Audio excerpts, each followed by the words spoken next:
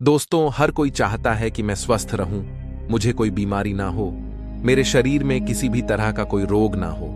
लेकिन इसके लिए हम करते क्या हैं? हम बदलना बिल्कुल नहीं चाहते हैं। हम आपको कहीं ऐसे बदलाव बताते हैं जिनको अगर हम अपनी जिंदगी में अपनाते हैं तो आप कभी भी रोगी नहीं होंगे। जैसे कि पानी से जुड़े हुए छोटे छोटे नियम की पानी कैसे पिए, भोजन कैसे खाए। हम आपसे कहते हैं कि चाय ना पिए, लेकिन आप लोग हैं कि मानते नहीं। आप लोग कहते हैं कि चाय के बिना हमारे दिन की शुरुआत ही नहीं होती, हमारी आंखें निकलती। तो फिर आपकी इच्छा है, जिंदगी आपकी है। जो आप खाएंगे वैसा आपका शरीर होगा, क्योंकि कहते हैं कि जैसा हमारा अन्न वैसा हमारा मन, तो जैसा खाएंगे पिएंगे वैसा आपका दिमाग और शरीर होगा। अब आपकी इच्छा है आपको क्या खाना है और क्या पीना है। आज हम इस कहानी के माध्यम से आपको कुछ ऐसा जिसे जानने के बाद आप सभी लोग आश्चर्यचकित हो जाएंगे। आप जाने अनजाने में एक ऐसा नशा कर रहे हैं जो कि आपके पूरे जीवन को बर्बाद कर देता है। आपको तो लगता है कि ऐसा करने से भला कुछ हो सकता है, लेकिन हकीकत तो यही है कि अगर आप इसका लगातार सेवन करते हैं तो वह आपके ऊपर, आपके स्वास्थ्य के ऊपर बहुत ही बुरा प्रभाव डालती है। तो चलिए आज की इस कहानी के माध्यम से समझते हैं। एक नगर में एक बौद्ध भिक्षु प्रवचन देने के लिए गए हुए थे। जब वह नगर पहुंचे तो वहां पर लोगों की भीड़ इकट्ठा हो गई। वहां पर बूढ़े जवान सभी तरह के लोग थे। वह गुरु आयुर्वेद के बहुत बड़े झाता थे। जब वह लोगों को ज्ञान का उपदेश दे रहे थे तभी वहां पर एक युवती आई। उसे युवती के हाथ में एक चाय का कटोरा था। उस युवती ने बौद्ध भिक्षु को चाय की कटोरी थमा हुए कहा कि गुरुदेव, आप इसे ग्रहण कीजिए।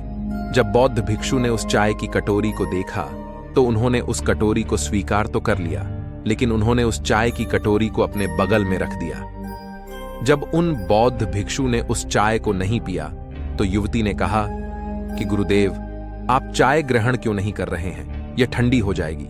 क्या आप मेरी हाथों से बनी चाय ग्रहण नहीं करेंगे? यह सुनकर बौद्ध भिक्षु मुस्कुराए और बोले, बेटी, चाय हमारे स्वास्थ्य के लिए बहुत ही हानिकारक है और मैं यह सब चीज नहीं पीता। यह सुनकर वह युवती बोली, पर गुरुदेव, हमारे यहां पर तो कोई भी अतिथि आता है तो हम उसको चाय पिलाते हैं। यह सुनकर वह बौद्ध भिक्षु उस युवती से कहते हैं कि बेटी, चाय जहर के समान है। आज के बाद अगर आपके घर पर कोई भी अतिथि आए तो आप उसे चाय ना पिलाएं। उसकी जगह आप उसे लस्सी पिला सकते हैं, फल का रस पिला सकते हैं, भोजन खिला सकते हैं। उन बौद्ध भिक्षु की बातें उनके सभा के सभी लोग आश्चर्यचकित रह गए। उनमें से बहुत से लोग उन बौद्ध भिक्षु के बारे में आपस में कहने लगे कि अरे, ये तो पाखंडी लगता है। भला चाय भी कोई जहर होती है क्या? अगर चाय जहर होती है तो अब तक हम सब लोग मार चुके होते। ये तो कोई पागल ही लगता है। इसे किसी भी बात का कोई ज्ञान नहीं है। यह तो हम सबको बेवकूफ बनाने आया है। तभी सभा में से एक युवक खड़ा होता है और उन बौद्ध भिक्षु से कहता है कि गुरुदेव, चाय जहर के समान है। ऐसा कैसे हो सकता है? मैं तो बचपन से लेकर आज तक रोज सवेरे और शाम को चाय पीता हूं, पर मुझे तो आज तक कुछ भी नहीं हुआ। तभी सभा में से आवाज आती है कि अरे, यह तो पाखंडी है। इसे किसी भी बात का कोई ज्ञान नहीं है। यह हम सबको बेवकूफ बना रहा है और तुम भी कहां इसकी बातों में आ गई। यह हम सबको यहां लूटने आया है। इनका यही कम होता है।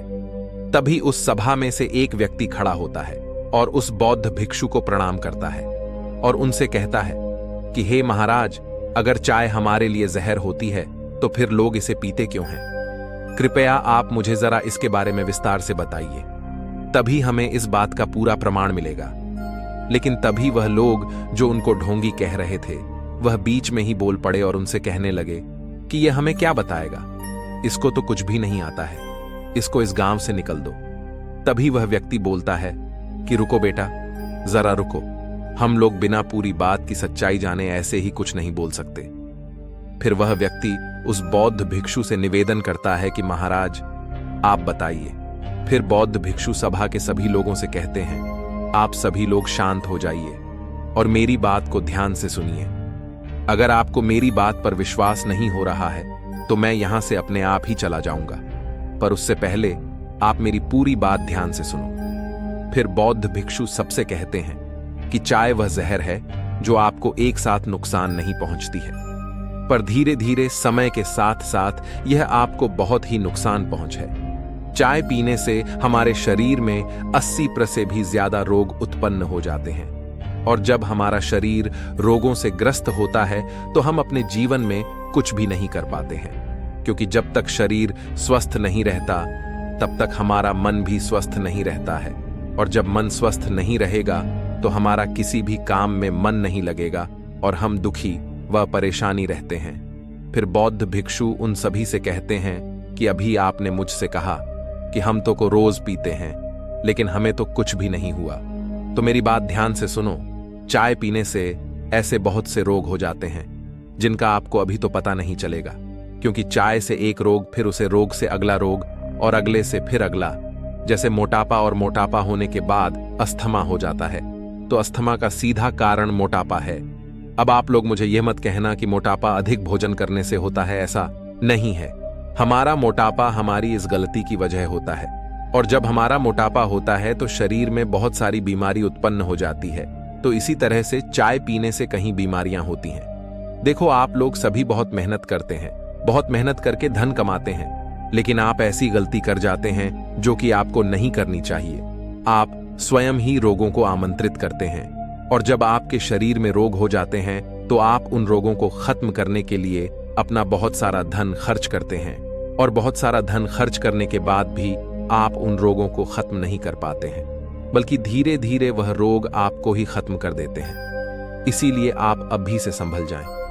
आप इतनी मेहनत से कमाए हुए धन को एक गलती के कारण ऐसे ही बर्बाद ना करें, और धन से ज्यादा कीमती तो आपका यह जीवन है, इसे तो आप संभल कर रखें। फिर बौद्ध भिक्षु सभा के सभी लोगों से कहते हैं कि चाय पीने से हमारे शरीर को बहुत ही नुकसान होता है, क्योंकि चाय में होता है निकोटिन, कैफीन और चीनी।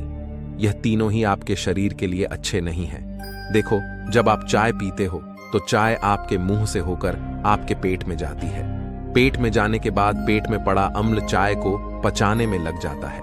तो सबसे पहले बात तो यह कि चाय में मौजूद निकोटीन एक तरह का नशीला पदार्थ है, जिसकी मात्रा भले ही कम हो, बार बार पीने से शरीर को इसकी लत लग जाती है, जिससे व्यक्ति को बार बार चाय पीने की तालाब होती है। और दूसरी चीज जो चाय के अंदर मौजूद होता है वह है कैफीन। देखो, कैफीन आपके पूरे पाचन तंत्र को खराब कर देता है। कैफीन से पेट में गैस बनती है, जिससे व्यक्ति को पेट फूलने की समस्या भी होने लगती है। और चाय में तीसरी चीज है चीनी, तो एक मीठा जहर है। यह धीरे धीरे आपके शरीर को रोगों से भर देती है। चाय में सबसे खतरनाक चीनी है। देखो, जब चाय हमारे पेट के अंदर पहुंचती है तो चाय हमारे पेट के अंदर काफी देर तक पड़ी रहती है, जिसके कारण पेट ज्यादा अम्ल छोड़ता है, जिससे पेट में कब्ज बनने लगती है। और जब यह बार बार होता है, यानी कि आप बार बार चाय पीते हैं, तो धीरे धीरे पेट का अम्ल पेट के अंदर मौजूद परत को जलाने लगता है, जिससे पेट में जलन होती है। तभी उस सभा में से एक युवक बोलता है कि हाँ महाराज, जब मैं चाय पीता हूं तो मेरे पेट के अंदर जलन शुरू हो जाती है। उस युवक की बात सुनकर बौद्ध भिक्षु कहते हैं कि यह इसी वजह से होता है। फिर बौद्ध भिक्षु उन सभी से कहते हैं कि सिर्फ पेट ही नहीं, चाय पीने से हमारी आंतों पर भी बहुत बुरा प्रभाव पड़ता है। आपकी आंतों सिकुड़ने लगती है, क्योंकि चाय पेट के अंदर काफी देर तक पड़ी रहती है और पेट अमल छोड़ता रहता है। और जब यह चाय आपकी छोटी आंत में जाती है तो वहां पर आमाशय रस छोड़े जाते हैं, और हमारे द्वारा खाए गए खानों को आंतों में जाने से पहले उसे छोटे छोटे टुकड़ों में तोड़ा जाता है और पतला व लसल सा किया जाता है, ताकि उसका पाचन अच्छे से हो सके। लेकिन काफी देर तक चाय पेट में पड़े रहने के बाद वह काफी अम्लीय हो जाती है, जिससे आमाशय उसको अच्छी तरीके से पचा नहीं पाता है और वह अम्लीय ही रहती है। और जब वह अम्लीय हमारे आंतों में पहुंचती है तो वह हमारी आंतों की परत को नुकसान पहुंचता है। फिर बौद्ध भिक्षु सभी से कहते हैं कि हमारा जो कोशिका गुच्छा होता है वह नाइट्रिक ऑक्साइड छोड़ता है, जो कि हमारे रक्त को स्वस्थ करता है। हमारी प्रतिरक्षा प्रणाली कई प्रकार की कोशिकाओं से बनी होती है। नाइट्रिक ऑक्साइड की बदौलत यह कोशिकाएं रोग संकों के खिलाफ तेजी से प्रक्रिया करने में सक्षम होती है।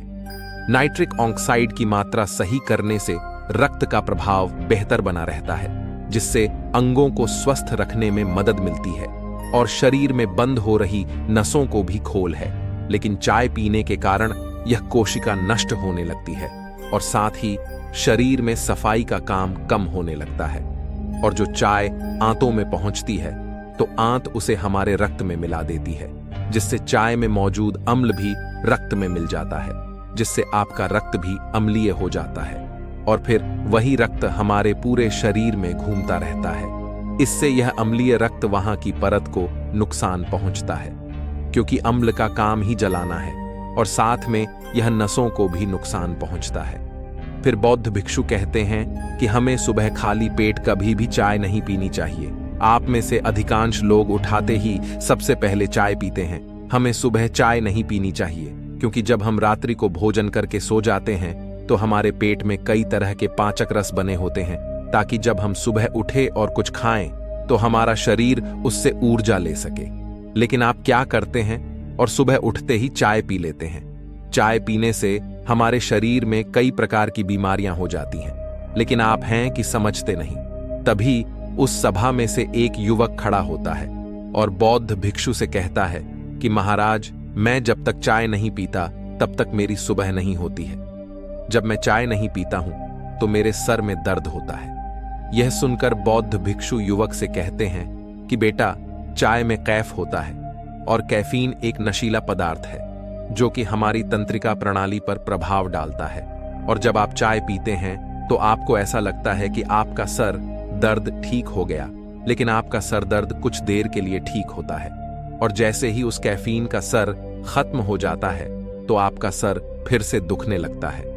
फिर बौद्ध भिक्षु सभी लोगों से कहते हैं कि चाय पीने से हमारे शरीर में लो तत्व की कमी आती है, जिस कारण से शरीर में खून कम हो जाता है, और खून की कमी होने से सर दर्द होता रहता है। और जब आप चाय पीते हो तो कुछ देर के लिए आपका सर दर्द ठीक हो जाता है, लेकिन चाय आपके शरीर में खून की कमी को पूरा नहीं कर पाती है। और जब भी आपका सर दर्द होता है और आप चाय पी लेते हैं और फिर धीरे धीरे यह आपकी आदत बन जाती है और आपका सर बहुत ही ज्यादा दुखने लगता है। फिर बौद्ध भिक्षु उस सभा में उपस्थित सभी लोगों से कहते हैं, क्या आप लोगों में से हमेशा व्यक्ति है जिसे किसी भी प्रकार की कोई बीमारी ना हो? लेकिन सभा में एक भी ऐसा व्यक्ति खड़ा नहीं होता है, क्योंकि सभी को किसी न किसी प्रकार का रोग था। किसी को कब्ज की शिकायत थी तो किसी को हृदय संबंधित रोग था।